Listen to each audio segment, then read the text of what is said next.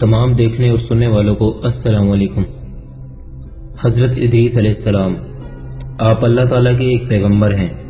कुरान करीम में आपका नाम दो जगह पर आया है, एक सूरह अनबिया में जहां आपके नबी होने का भी जिक्र है।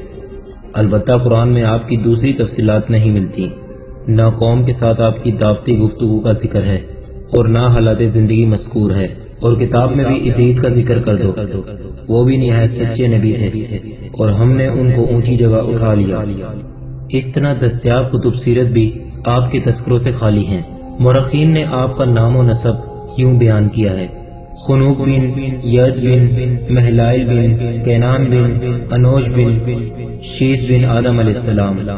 आपका नाम इदरीस इसलिए है कि आपने सबसे पहले लिखी वही का दर्स दिया, मगर अलामा जुबैदी ने इस तवज्जिया को दुरुस्त करार नहीं दिया। फिर खुनूक के इब्रानी या सिरियानी होने में भी इख्तिलाफ है और बाज ने इस लफ्ज़ को अहनू भी पढ़ा है, मगर पहला तलफ़्फ़ुज़ ज़्यादा सही है। इब्ने जवानी के बकौल हज़रत इदरीस अलैहिस्सलाम नबी करीम अलैहिस्सलाम के 40वें दादे हैं। इसकी शेख शफ उबैदली ने भी तस्दीक की है। इब्ने कसीर ने भी इन्हें नबी करीम सल्लल्लाहु अलैहि वसल्लम के सिलसिले नसब में शुमार किया है। मिराज की हदीस में नबी करीम सल्लल्लाहु अलैहि वसल्लम ने जिक्र किया है कि आप सल्लल्लाहु अलैहि वसल्लम की उनके साथ चौथे आसमान पर मुलाकात हुई। मुस्लिम शरीफ के मुताबिक आप पहले शख्स हैं जिन्होंने कलम से लिखा और कपड़ों को सी कर पहना। राह अल्लाह में सबसे पहले मुजाहिद आप ही थे। आपने काबिल की औलाद में से बाज नाफरमानों को कैद में भी डाला। अल्लाह ने आपको उस वक्त सब लोगों की तरफ माबूस किया था। आपको पहलों का इल्म और 30 सहीफे भी दिए। आप ही ने सबसे पहले तराजू का इस्तेमाल किया, बाढ़ बनाए और असलहा बनाया। इल्म नजूम और इल्म हिसाब के मौजद अव्वल भी आप ही हैं। इसमें इख्तिलाफ है कि आप हज़रत नूह अलैहिस्सलाम के दादा हैं या परदादा। हज़रत इदरीस अलैहिस्सलाम का बुलंद मकाम पर उठाया जाना कुरान करीम बस इस कदर बतलाता है कि अल्लाह ने उन्हें एक ऊंची जगह उठा लिया। ये जगह कौन सी है, किसी सही मसनद और मरफू हदीस में इसकी तफसील नहीं आती। इस बाबत मुफस्सिरीन व मौरखीन की मुतअद्दिद रिवायात हैं। इब्ने जरीर की रिवायत के मुताबिक हिलाल बिन यसाफ कहते हैं कि मेरे सामने हज़रत इब्ने अब्बास रज़ियल्लाहु अन्हु ने हज़रत काब से इस बारे में पूछा तो उन्होंने कहा, अल्लाह ने उन्हें वही भेजी कि मैं हर रोज़ बनी आदम के आमाल के बगदर तेरा रुतबा बुलंद करूँगा। बस आपने चाहा कि आपका अमल और ज़्यादा हो। फिर एक दिन आपका एक दोस्त फरिश्ता मिलने आया, उनसे भी इस बाबत गुफ्तगू हुई। फिर उस फरिश्ते ने आपको अपने परों पर उठाया, फिर आसमानों की तरफ लेकर चढ़ने लगा। चौथे आसमान पर पहुंचे तो मुल्कुल मौत से मुलाकात हुई जो नीचे उतर रहे थे। उनसे भी वही गुफ्तगू हुई जो हज़रत इदरीस अलैहिस्सलाम से हुई थी। तो मुल्कुल मौत ने पूछा, इदरीस कहाँ हैं? फरिश्ता बोला, ये मेरी पीठ पर। मुल्कुल मौत ने कहा, हैरत है, मुझे इनकी जान कब्ज़ करने को ये कहकर भेजा गया कि ये चौथे आसमान पर मिलेंगे और मैं ये सोचता आ रहा था कि वो तो ज़मीन पर हैं, भला मैं चौथे आसमान पर उनकी जान कैसे कब्ज़ करूं?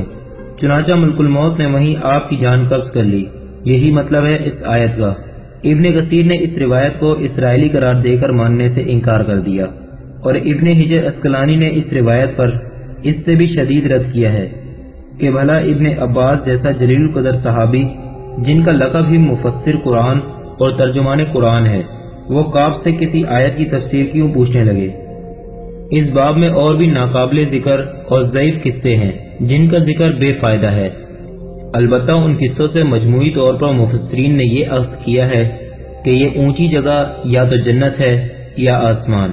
अगरचा अलामा इब्ने हिजर ने इस पर भी एतराज़ किया है कि अगरचा चौथा आसमान बुलंद जगह है, मगर बाज़ दूसरे पैगंबर उससे भी अगले आसमान पर हैं। और अगर उन मुफस्सिरीन की मुराद ये है कि उनके सिवा किसी जिंदा को आसमान पर नहीं उठाया गया तो ये भी दुरुस्त नहीं, क्योंकि हज़रत ईसा अलैहिस्सलाम भी आसमानों पर जिंदा उठाए गए हैं। बहरहाल हज़रत इदरीस अलैहिस्सलाम का जिंदा आसमानों पर उठाया जाना किसी कवी और मरफू तरीक से साबित नहीं। अक्सर मुफस्सिरीन ने इस ऊंची जगह से मुराद शर्फ़ नबूवत को लिया है। इसको अबू हनान ने बहरे मुहीत में और कनूजी ने फतहुल बयान जिक्र किया है कि अलामा आलूसी ने भी रूहुल मानी में इस कौल को लेकर इसे हसन बसरी की तरफ मंसूब किया है कि ये इल्म मुर्तबित और शान की बुलंदी है। اور دل بھی اس بات پر مطمئن ہوتا ہے کہ مسند بات تو وہ ہوتی ہے جو قرآن کریم اور احادیث صحیح مرفوع سے ثابت ہو، خصوصاً جب کسی بات کا تعلق کسی قرآنی آیت سے ہو کہ وہاں صرف یقینی تفسیر کرنا ہی جائز ہے، اور بھلا اللہ کے نزدیک نبوت سے بڑھ کر بھی کوئی رتبہ و مرتبہ اور مقام ہو سکتا ہے؟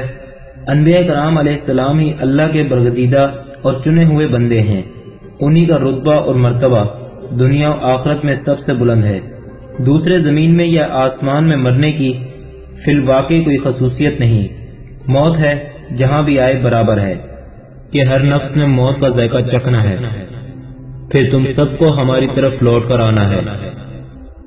اعتبار اللہ کے پاس لوٹنے کا ہے جہاں سب کیے کا حساب دینا ہے، جس کا زمین یا آسمان میں مرنے سے کوئی تعلق نہیں۔ رسول اللہ صلی اللہ علیہ وآلہ وسلم ہی کو دیکھ لیجئے، سب انسانوں کی طرح عام موت پائی، جہاد کرتے کرتے شہید نہیں ہوئے، لیکن اس کے باوجود اللہ کے بعد سب سے بڑا رتبہ اور مرتبہ آپ صلی اللہ علیہ وآلہ وسلم کا ہی ہے۔